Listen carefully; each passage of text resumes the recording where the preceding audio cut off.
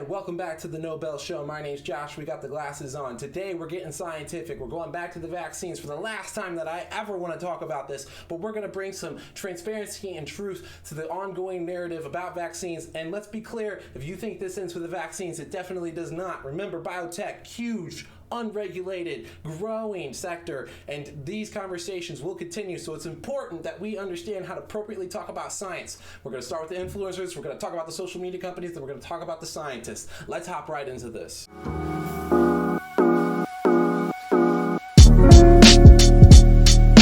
And so before we really get into this, one of the videos that made me want to make this video was this one right here with Kevin Pathrath. Now let me be clear, I love Kevin. This is one of his shirts. If I lived in California, I would have voted for him. I think he would have made a wonderful governor. I think he's a great politician. I think he's overall a great guy. But this video is probably one of the worst vaccine videos I've seen. Let me be clear. I like Kevin. I think he did an okay job at what he knew for someone who has no scientific background. Now let's really break down the errors in what he did in this video. One, you are talking about a doctor who is claiming that his research is being suppressed, and then you are getting mad at him for not having examples of research to prove his points. What is the whole purpose of him going out to the medias, Kevin? The whole purpose is that he can't get stuff published, so he has nothing to reference because he can't get the peer reviews, because they can't get the research out, because they're claiming that they're being suppressed. The worst thing you can do is take that and then say, well, why is there no publications out? It's like, did you even hear what his whole stitch was? So, and on top of that, he's not talking to another scientist. This is not a heated debate. This is not a scientific conference. None of that. He's sitting down with a comedian in a podcast, and then you're treating everything he says as if it's a statement and an argument or some sort of announcement that he's making about some sort of scientific discovery. This is none of that. This is a doctor sitting down with a comedian and discussing his concerns about what's going on through the only medium that he thinks that he can really get attention to get his voice out. Now let's be clear. What Kevin did was, it was decent. He tried to go through, he tried to get some research articles. Now, if I sent something into one of my professors when I was back in college and said, look, I have one site for every single one of my points, that's an F. That's a failure. That's not relevant at all.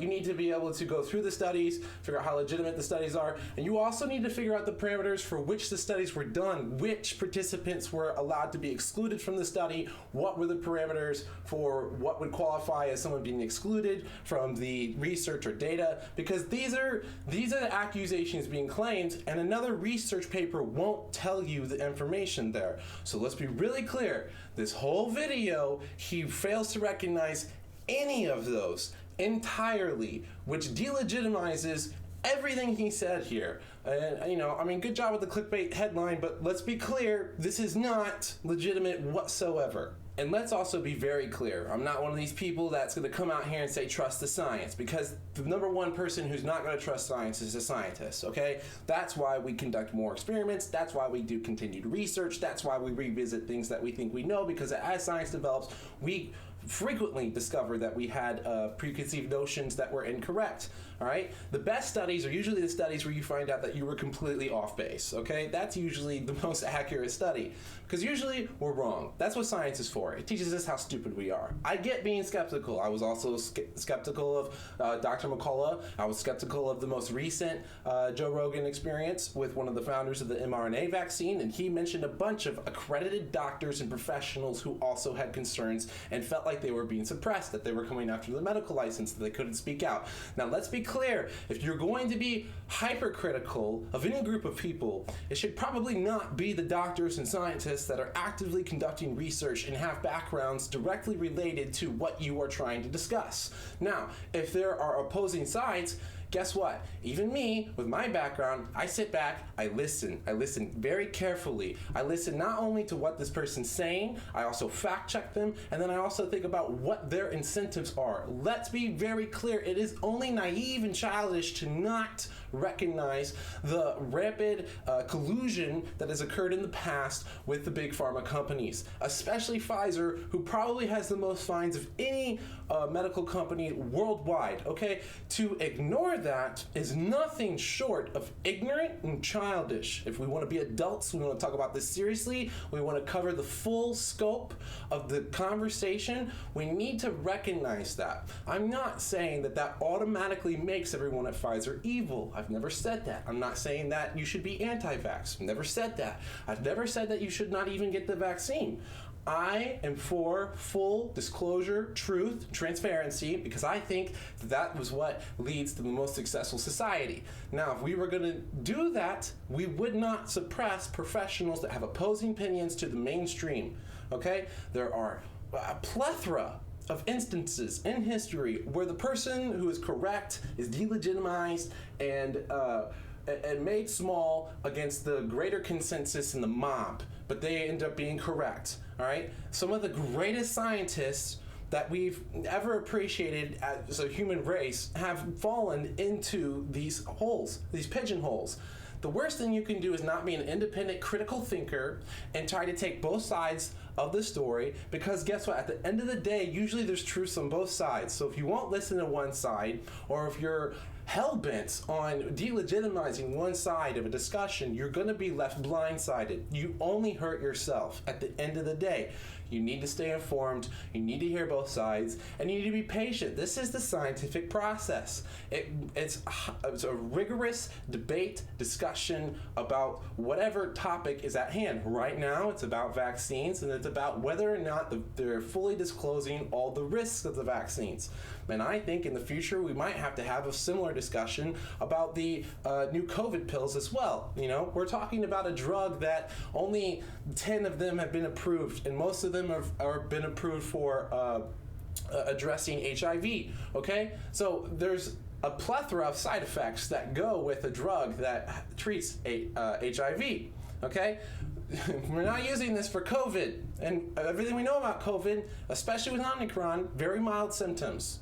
Okay, there's also the discussion of we're doing boosters, continued boosters, when the dominant variant is not being blocked by those boosters or by that vaccine. So there's now a discussion about, okay, are you training your immune system to react to a virus that is not the dominant virus, therefore people's bodies are not going to react appropriately to the new virus. This is something that needs to be researched. We need more information. We need to know where this conversation goes. If we are not listening to all the professionals and their opinions on this, then we're just lost. Then we're hopeless, because you're destroying the scientific process, and for what?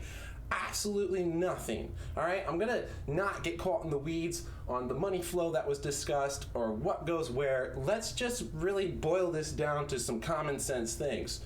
If you want to talk about science, you want to talk about research, you need to listen to the researchers. You need to let the researchers discuss it out. The researchers need to have all the access they can to communicate with as many people as they can, and if they're wrong, you should give them the biggest stage possible for them to be wrong on, so that we can all see, oh, that person's wrong. The absolute worst thing you can do is shut that person away and then leave this ambiguity over their stance, and then no one knows, okay? So let's be very clear. We are handling this as the absolute worst possible way that we humanly can, and it is essential for, not in just this instance, okay? We're going to have continued discussions about this. It's going to be a big topic. Science is going to be a big thing for a minute, okay? If you think it's going to be over with the vaccine, it's not, because we got biotechnology exploding and it's completely unregulated. And so we'll probably run into way more instances of things like this. These are I don't want to even call them experimental drugs. These are new medicines that are going to take several years to play out for us to really get the full scope of what all the side effects are, or what the cascading effects of the mass dosage of individuals is, okay? And we need all the data we can, and we need as many voices as we can. Let's just derail ourselves real quick. Let's talk about another example where the science is not being followed, all right? That's less debated and has a greater consensus. And that's with the clean energy debate. All right, there's no nuclear energy in Build Back Better. There's no proper discussions about nuclear energy, which is globally understood as the safest and most efficacious way to produce clean energy. It already produced most of the clean energy worldwide, and we, the US, lag the rest of the world in the utilization of it. Why? Who knows? The government constituents had not at any point have recognized how useful this technology is. They have repeatedly ignored it despite claiming that they want to help climate change. And let's also be clear, if you make energy cheaper, which what uranium would do, the other alternatives that they are pushing actually do the opposite. They make energy more expensive, which is actually a massive tax on the lowest class of society. People who probably need it the most are going to get hurt the most by it, okay? The rich people, they're going to find ways to navigate it. They're barely going to be affected. They're probably going to make their own little nuclear reactors in their basement. That's exaggerative. It's probably not possible. But let's be clear, they're not going to be bothered by that at all. And energy goes up, whatever. They'll just invest in energy. They'll make up their loss from the expenses of everything else. They're not affected. But the people at the bottom will be heavily affected by this, okay? This is just another example of today, a conversation going on right now simultaneously with this vaccine conversation. We are completely ignoring clear and concise facts. I'm not saying the same exact thing is happening with the vaccine conversation. I'm just saying this is just an example of why we need to be highly critical and open-minded and have open ears and be listening very clearly to what's going on around us, because this is a very volatile time period and we really need to understand the facts of what's going on and what would best benefit all of us. And the best way to do that is transparent, clear truth, and this proper discussion or debate. I hate the concept of debates. We really need more conversations because we're in this together. We're all affected by this, and we absolutely need to come together and stop suppressing one another, stop dividing ourselves, and just have a very open conversation about these things. And I really breezed over some of the individuals, I breezed over the science, and I breezed over the money flow. I really didn't want to get caught in the weeds on any of that. I don't want to seem like I'm wearing a tinfoil hat. I want to take a 50,000 foot view and kind of apply some common sense to the conversation and the greater narrative that's going on. I hope that's been very clear and concise. I try not to be divisive, and I try to be bipartisan in the way that I was addressing these topics. In the past, I've given my opinion. My opinions have been made clear. But this episode, I really wanted to, just take that high level view. I hope that's what's been appropriately portrayed. But I do end the show with taking a step back and saying, okay, what occurred when all this broke down? Where did this division really start? And when you think about it, the government incentivized corporations to all work on their own. They paid for everyone's research. So everyone's research team sat down and some information was shared, blah, blah, blah, blah. But, there really was no incentive to really come together as one team, all right? What probably should have been done, and what I suspect would probably have been the best solution is a giant prize pool for whoever came up with the discovery. What that would do is it would incentivize different scientific teams or corporations to work together so they could split the prize pool and so that they can come up with the best solution. Because the more people that are involved in the conversation, the more transparency that's held, and the more discussion that's occurring leads to the best solutions. It leads to the best outcome every time, not just in science. This is holistically the best way that you want to handle things. That is the point of having so many constituents in the government. That's the point of having both sides of a conversation about having these two political parties, or maybe you're in a country with multiple political parties. You want these different perspectives. You want every side of the perspective, every side of the conversation, so that you can come to something that actually unifies everyone and helps everyone, so that we get as many voices as possible. Hold up, one more point. Adding this in post-edit. One thing that I think needs to be added to this conversation in this episode